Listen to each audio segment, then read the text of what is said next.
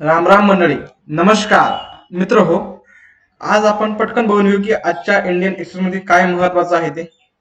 सगळ्यात पहिले बघा, सुहास पळशीकर सरांनी हा एक लेख लिहिलाय, डेमोक्रेसी देअर्स अँड अवर्स. यात जनरली जे कुठली मतं मांडलेली आहेत, जो इतक्यातच एक फ्रीडम इंडेक्स जाहीर झाला आणि त्या फ्रीडम इंडेक्स मध्ये भारताचं रँकिंग जे आहे ते मागच्या वर्षीपेक्षा घसरलं आणि मागच्या काही वर्षात ते घसरतच चाललंय. म्हणजे त्या फ्रीडम इंडेक्सचा उद्देश असा होता की भारतातली जी लोकशाहीची जी व्यवस्था आहे ती घसरत चालली म्हणा, किंवा मग इथलं फ्रीडम जे आहे ते फ्रीडम कमी कमी होत चाललंय लोकांचं आणि एकूणच मीडिया वगैरे सगळ्यांचं.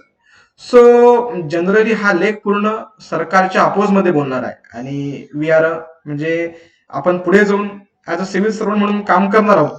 तर त्याच्यामुळे सरकारवर टीकात्मक आपल्याला कशी टीका पाहिजे, एक रचनात्मक टीका पाहिजे की बाबा टीका आणि त्याच्यावरची उपाय. या ठिकाणी सरांनी उपाय जास्त सांगितलेले नाहीत, त्याच्यामुळे आपण यावर काही चर्चा करणार नाही. दुसरा हा एक आहे लाईटनंट गव्हर्नमेंटवर. तुम्हाला माहित आहे की केंद्र सरकारनं लोकसभेमध्ये एक बिल आणलंय आणि त्या बिलाचा उद्देश असा आहे की दिल्लीचं जे सरकार आहे, बरोबर, जे लोकनियुक्त सरकार असतं म्हणजे 70 लोकांचं, तर दिल्लीच्या सरकारला आता जी कुठले पॉवर्स आहेत म्हणजे सध्या ते बहुतांशी पॉवर काढून घ्यायचे आणि सर्व मुख्य ज्या अधिकार असतील, पॉवर्स असतील, ते द्यायचे तिथल्या लाईटनंट गव्हर्नरला. आणि लाईटनंट गव्हर्नर तिथला कोण असतो, तर हा नेहमीच केंद्राचा एक व्यक्ती असतो ना, हस्तक असतो म्हणजे. सो त्याबाबतचा एक वाद आहे. सो एकदा ते बिल येऊ देत चर्चेला, त्याच्या प्रोव्हिजन्स बघूयात आपण काय आहेत डिटेलमध्ये, आणि त्यानंतर मग पुढे काय काय एक चांगले सुंदर एक डिटेल लेख येणारच आहे म्हणजे. सो आपण तेव्हा डिस्कस करूया. नंतर सोबत हा इथं दिले तुमचा लेख आहे प्राइस टू पे नावाचा. आता तुम्हाला माहित आहे की फेब्रुवारीमध्ये इन्फ्लेशन वाढलंय, सीपीआय डब्ल्यूपीआय दोन्ही प्रकारचे इन्फ्लेशन वाढलंय. सो त्याच्यावरचा लेख आहे. So he ball by ball commentary आपल्या की कामाची नाही म्हणून सोडून द्यायचं. आता हे जे आहे हिडन पेंडेमिक, तर हा सिंगल यूज प्लास्टिक वरचा लेख आहे, सुंदर लेख आहे, आपण डिटेल बघणार आहे म्हणजे.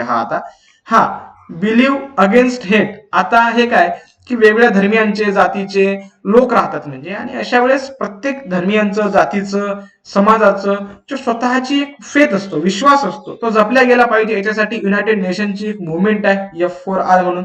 थोडस जनरल बघून घेऊ आपण. हे बिट्रेल इन केरला. आता तुम्हाला माहिती आहे की इथे काय आहे, तर आपल्याला माहित आहे की केरळमध्ये महिलांचं प्रमाण जास्त आहे, तेथील शिक्षित महिलांचं प्रमाण सुद्धा जास्त आहे, परंतु जे विधानसभेचे इलेक्शन होणार आहेत केरळमध्ये, त्या ठिकाणी महिलांना फारच कमी रिप्रेझेंटेशन मिळालेलं आहे किंवा तिकीट मिळालेलं आहे वेगवेगळ्या पक्षांकडून. त्या बाबतीतचा जो लेख आहे तो आपण बघितलेला आहे ऑलरेडी. आणि बाकी हा लेख एवढा जास्त कामाचा नाही म्हणजे आपला हा वाला लेख. चला पुढे जाऊयात आपण. Okay, the hidden pandemic of single use plastic. आता काय सांगताय बघा, 2019 साली पंतप्रधान मोदी यांनी म्हटलं होतं की 2022 पर्यंत आपण काय करू, तर कम्प्लीट फेज आउट करू कशाचं, प्लास्टिकचं. कमिटमेंट चांगली होती. आणि तुम्हाला माहित आहे की साऊथ इंडियामध्ये कुठल्या तरी एका ठिकाणी नरेंद्र मोदी यांनी ते एका बीचवर आपलं प्लास्टिक पण उचललं होतं आणि त्याचे व्हिडिओ पण मोठ्या प्रमाणात व्हायरल झाले होते म्हणजे. सो खूप चांगला निर्णय आहे म्हणजे, डेफिनेटली.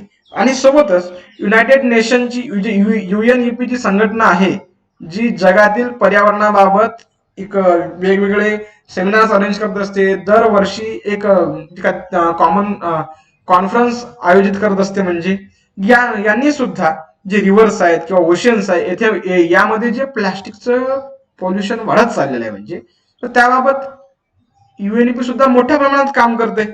आता तुम्हाला माहित आहे की जर 5 मिलीमीटर पेक्षा जर लहान किंवा आकारानं जर लहान जर हे असेल प्लास्टिक असेल, तर ते मायक्रोप्लास्टिक असतं. त्याचं डिसइंटिग्रेशन ते झाल्यानंतर ते वॉटर बॉडीज थ्रू आपल्या जेवणात सुद्धा जाऊ शकतं किंवा एअरच्या माध्यमातून सुद्धा आपण त्याला ब्रीथ करू शकतो म्हणजे. सो मला म्हणायचे उद्देश एवढाच की जर मायक्रोप्लास्टिक असेल तर ते मानवी जीवनाला किती घातक आहे, तर इव्हन ते श्वासाद्वारे सुद्धा आपण त्याचं श्वसन करू शकतो म्हणा किंवा ब्रिदिंग करू शकतो असं म्हणूयात. आता ही आकडेवारी आपल्या कामाची आहे, कारण फक्त 9% जे पोल्युशन आहे ना, त्या पोल्युशनाचं काय 9% जे प्लास्टिक आहे त्या प्लास्टिकचं काय होते, तर रिसायकल होते ते प्लास्टिक. उर्वरित जे 79% जे प्लास्टिक आहे, 79% प्लास्टिक काय होते, तर वर लँडफिल्स म्हणजेच ते जमिनीत गाडल्या जातं. किंवा हवेमध्ये त्याचं डिसइंटिग्रेशन होतं, वॉटर, सॉइल किंवा अदर नॅचरल सिस्टीम ज्या असतील ना त्या नॅचरल सिस्टीम मध्ये ते चालू जाते. म्हणजे so it becomes more dangerous जर त्याचं जर रिसायकल झालेलं नाही आणि जर ते या माध्यमातून जर आपल्या शरीरात गेलं किंवा मग प्राणी, पशु, पक्षी यांच्या शरीरात गेलं तर ते एकूणच आपल्या बायो डायव्हर्सिटी जी आहे, जैवविविधतेला आहे, त्याला ते धोका पोहोचूच शकतं म्हणजे डेफिनेटली. मग सोल्युशन काय, तर जवळपास यांनी एक 2-3 सोल्युशन दिलेत.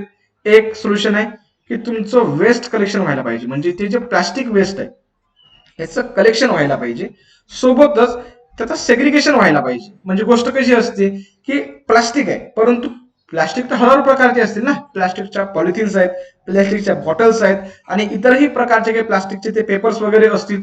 तर अगोदर कलेक्शन करा, त्याचं सेग्रिगेशन करा आणि नंतर एन्व्हायरमेंटल फ्रेंडली अल्टरनेटिव्ह जे कुठल्या प्रकारचे असतील त्या अल्टरनेटिव्हचा वापर करा. कशासाठी, प्लास्टिक टाळण्यासाठी. आता तुम्ही विचार करा, आपण प्लास्टिकला पूर्णतः टाळू शकतो काय, नाही. कारण आता कोरोनाच्या काळात प्लास्टिकमध्येच आपण पाणी पितोय, कारण इतरांना आपण जनरली स्पर्श करत नाही म्हणा वगैरे, किंवा मग कोणाच्या हातचे घेत नाही. दुसरी गोष्ट, आपण पीपीई किट वापरतो आपण मास्क वापरतो आणि इतरही वस्तू, खास करून या कोरोनाच्या काळात तर आपलं प्लास्टिकचं वाढलंय, म्हणजे त्याला काय आपण की वापर वाढलाय आपला. सो म्हणून मग सोसायटीनं, हा सोसायटीचा प्रॉब्लेम आहे, म्हणून सोसायटीनं याच्यावर काम केलं पाहिजे आणि सोसायटीनंच हे समजून घेतलं पाहिजे म्हणजे की बाबा याला कसं दूर नेता येतं आपल्याला हे प्लास्टिक पासून. सो कन्क्लुजन हेच आहे की युनायटेड नेशन जी UNEP जी आहे, एन्व्हायरमेंट प्रोग्राम, हे मोठ्या प्रमाणात जगभरात वेगवेगळे सेमिनार्स घेत आहे, रिसर्चचं काम सुरू आहे, वेगवेगळे ग्रुप्स तयार करणं सुरू आहे. कशासाठी, पॉल्युशन कंट्रोल करायसाठी. आणि हे जे पॉल्युशन कंट्रोल आहे हे टॉप डाऊन अप्रोचनच होणारच नाही, म्हणजे वरून केंद्रानं काही कायदे तयार केले आणि त्याचं इम्प्लिमेंटेशन खालच्या पातळीवर झालं, हे होणारच नाही.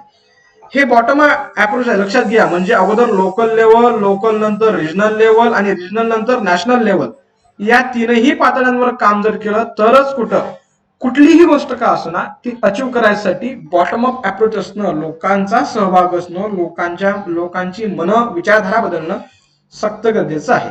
आणि जर तसं झालं नाही तर बिचारे मग हे आपले जे मासे असतील किंवा समुद्रामध्ये, तुम्हाला तर माहिती आहे की मोठ्या प्रमाणात प्लास्टिकचं पोल्युशन होत चाललंय. म्हणजे जसं आज हे मासे प्लास्टिक खात आहेत, उद्या अप्रत्यक्षपणे आपल्याही शरीरात प्लास्टिक जाण्यास वेळ लागणार नाही, मुळात तो जातोच आहे की. म्हणजे चला ठीक आहे.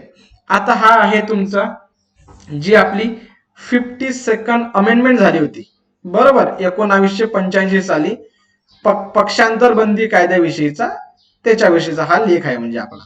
ओके, बघून घेऊ काय आहे तर. आता या लेखात काय म्हणतात आपले लेखक, काय म्हणतात आपण बघून घेऊ सध्या. तर तुम्हाला माहित आहे की राज्यसभेमध्ये 12 मेंबर्स राष्ट्रपती नियुक्त करतात आणि केंद्र सरकारच्या सल्ल्यानुसार त्या 12 जणांची नियुक्ती राज्यसभेमध्ये होते.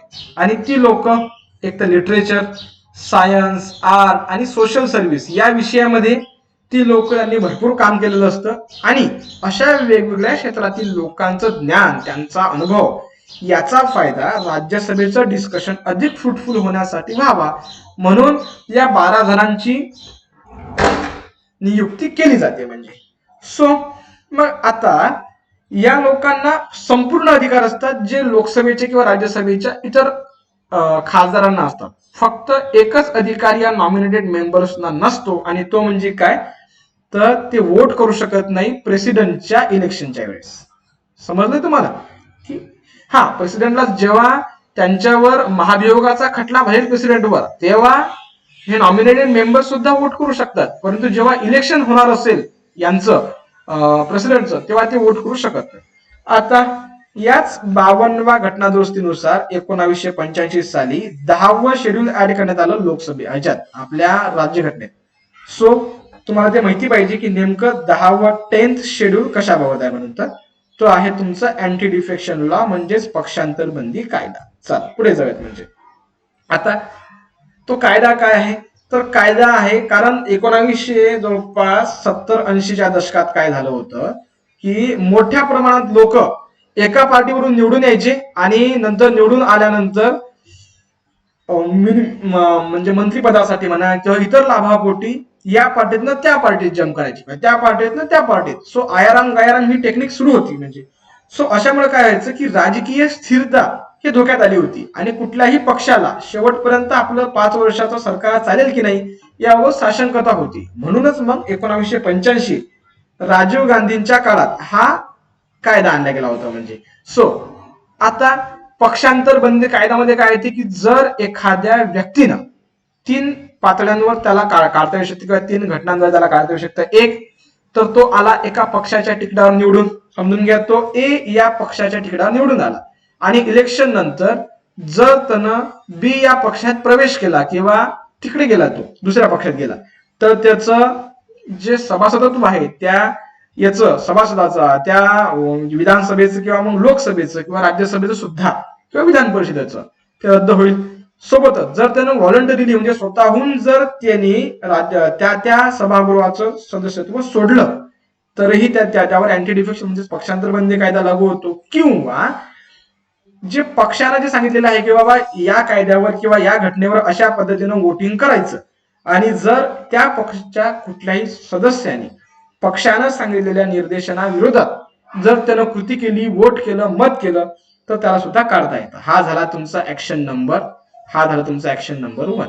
आता हे आपण बघूयात की बाबा दुसरं काय आहे. दुसरं काय म्हणतं की जर एखादा इंडिपेंडेंट कॅन्डिडेट आहे, इंडिपेंडेंट म्हणजे की जो कुठल्याही पक्षाच्या तिकिटावर निवडून आलेला नाही, असा जर एखादा कॅन्डिडेट असेल आणि इलेक्शन नंतर तो व्यक्ती निवडून आला आणि त्यानंतर अपक्ष म्हणून आणि त्यांनी एखादी पार्टी जॉईन केली इलेक्शन नंतर, तरी सुद्धा त्या व्यक्तीचं सदस्यत्व काय होऊ शकतं तर म्हणजे रद्द होऊ शकतं. म्हणजे आणि तिसरं आहे की हे जे आपले इंडिपेंडेंट मेंबर्स आहेत ना, म्हणजे कुठले जे राज्यसभेत 12 असतात, लोकसभेत 2 असायचेच, आपल्या विधान परिषदेमध्ये सुद्धा काहीतरी जवळपास 6 की 12 असतात हा, आणि विधान सभेमध्ये 2 असतात काहीतरी. जर हे जे नॉमिनेटेड मेंबर्स असतील आणि या नॉमिनेटेड मेंबर्सने म्हणजे नियुक्त केलेल्या लोकांनी त्यांची नियुक्ती झाल्यानंतर 6 महिन्याच्या आतच जर त्यांची इच्छा असेल तर त्यांनी पॉलिटिकल एखादी पार्टी जॉईन करणं गरजेचं आहे. जर त्यांची नियुक्ती झाली आणि 6 महिन्यानंतर जर एखादी पार्टी जॉईन केली तर त्यांचं सुद्धा मेंबरशिप रद्द होऊ शकते या कायद्यानुसार. सो तुम्हाला 3 सिनारिओ समजलेले आहेत की कुठकुठल्या पातळ्यांवर त्यांना एखाद्या सदस्याचं सदस्यत्व रद्द होऊ शकतं, मेंबरशिप रद्द होऊ शकते. आता काय सध्या झालंय तर एक दासगुप्ता नावाचे राज्यसभेचे मेंबर्स आहेत आणि त्यांनी काल राज्यसभेचा राजीनामा दिला, कारण बीजेपी या पक्षाने त्यांना जे वेस्ट बेंगालमध्ये इलेक्शन होत आहेत ना तिथे आमदारकीसाठी उभं केलं एका ठिकाणी. तर त्या अनुषंगाने आजचा आलेला हा लेख होता. स्वपन दासगुप्तांचं काय होतंय आपल्याला काही घेणं देणं नाहीये, म्हणजे फक्त पक्षांतर बंदी कायदा काय होता आणि त्या अनुषंगानं कसं कसं पुढे जाता येतं बाबा आपण हे समजून घेतलं. चला आता हा लेख आहे आज उपेंद्र बक्षी यांचं. उपेंद्र बक्षी राज्यघटनेचे अभ्यासक आहेत, सामाजिक शास्त्राचे सुद्धा अभ्यासक आहेत.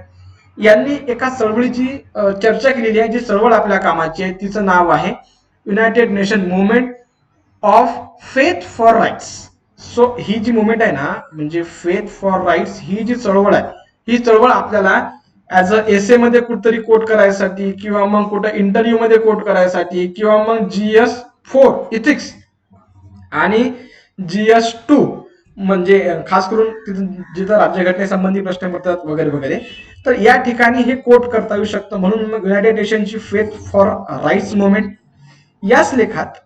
या लेखाचा सार असा या आर्टिकलचा की अलग अलग पंथाचे, जातीचे, धर्माचे, जाती जमातीचे लोक आपल्याकडे जे राहतात प्रत्येकाचं आपल्या धर्माशी, आपल्या व्यवस्थेशी, आपल्या परंपरेशी एक नाळ जोडलेली असते. म्हणजे आणि ती नाळ लोकशाही व्यवस्था असो की इतर कुठल्याही प्रकारच्या व्यवस्था असो, त्यांनी वेगवेगळ्या धर्माच्या, जातीच्या लोकांच्या ज्या कुठल्या फेथ असतील, जो विश्वास असेल त्यांचा तो जपला पाहिजे आणि त्यांना त्यांच्या पद्धतीनं त्यांच्या धर्माचं किंवा व्यवस्थेचं, परंपरेचं पालन करू द्यायला पाहिजे. म्हणजे कारण जिथे बहुलता आहे ना, म्हणजे जिथे बहुलता आहे लक्षात घ्या ती सिस्टीम कधीही चांगली आहे एककेंद्री व्यवस्थेपेक्षा.